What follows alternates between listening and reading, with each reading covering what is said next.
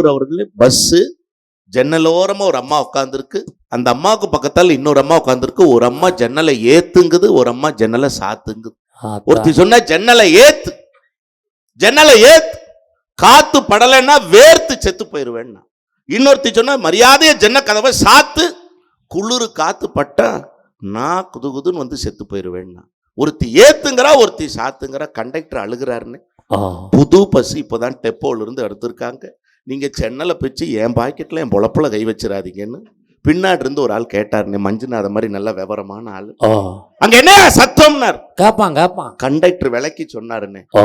சென்னலை ஏத்துனா இவ சாவா, சென்னலை சாத்துனா அவ சாவா.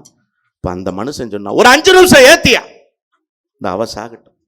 ஒரு 5 நிமிஷம் ஏற்கிய இவ சாகட்டும். கண்டக்டர் அழுதாருன்னு. ஐயோ, 2 யாரு பொண்டாட்டின்னு தெரியலையா, 2 ஏன் பொண்டாட்டி தாண்டா, கூடவே வந்து சண்டை போட்டு கொள்றாளுகன்னு அவன் 2ஐயும் முடிச்சுட்டு 3ஆவதுக்கு ஏற்பாடு பண்ண பிளான் பண்ணிருக்கான்டா. அவன் எப்படி ஆளா இருந்திருக்கான் பாரு. யோசிங்க, எங்க போனாலும் சண்டை போடுறதே வேலையை வச்சுக்கிட்டு இருக்காங்களே நடுவர் அவர்களே. இந்த வாழ்க்கை நல்லா இருக்குமா நான் கேட்கிறேன். இவங்களால மகிழ்ச்சி வருமா?